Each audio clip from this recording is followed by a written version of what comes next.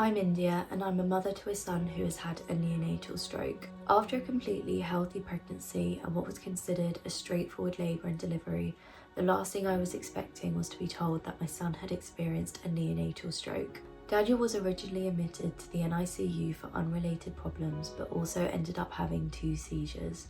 An MRI showed that he has an asymmetry in the left-hand side of his brain. As parents, we were absolutely devastated and we were left with so many questions. Why did this happen? What will his future look like? Will our lives ever feel the same again? As a mother, I really blamed myself because I felt like my body didn't protect my baby in a way that I felt it should have. In the first few months of Daniel's life, we had so many appointments and I really felt cheated of my newborn experience as a first-time mum. I felt like the stroke really consumed everything I did and it was a big part of Daniel's personality. I felt really jealous of other mums that I would see out in the park with their prams, and I just felt like no one understood what I was going through. For me, one of the hardest parts to accept was the fact that Daniel had brain damage. Having a newborn, you expect them to come into this world so pure and untouched.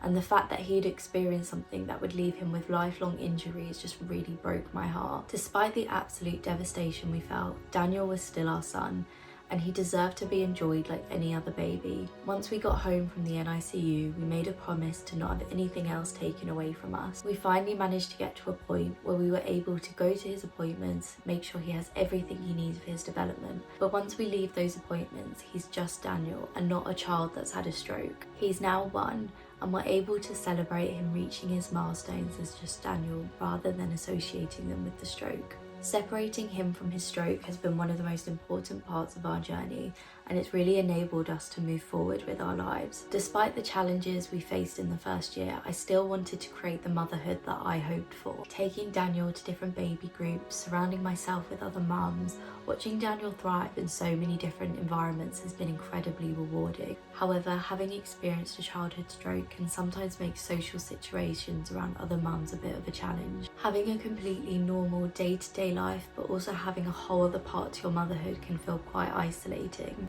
Being careful to hold back on things you say because you don't want to be an emotional burden to other parents can be incredibly hard. Unfortunately, childhood strokes can create a very long and daunting journey, and you may have periods of time where life feels completely normal and then suddenly it will hit you again out of nowhere and feel like a wave of grief.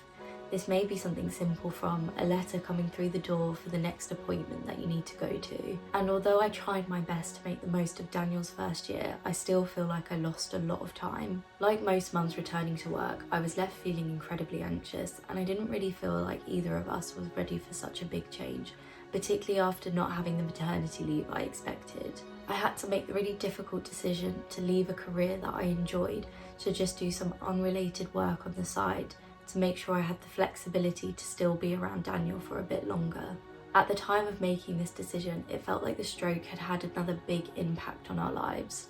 Our journey with dealing with this childhood stroke is far from over, but I do really feel like we've come so incredibly far in such a short space of time. And although things have been far from easy for us, we know that our son has all the support he needs around him, and he is absolutely thriving. Because of this, we feel that we have so much to be grateful for.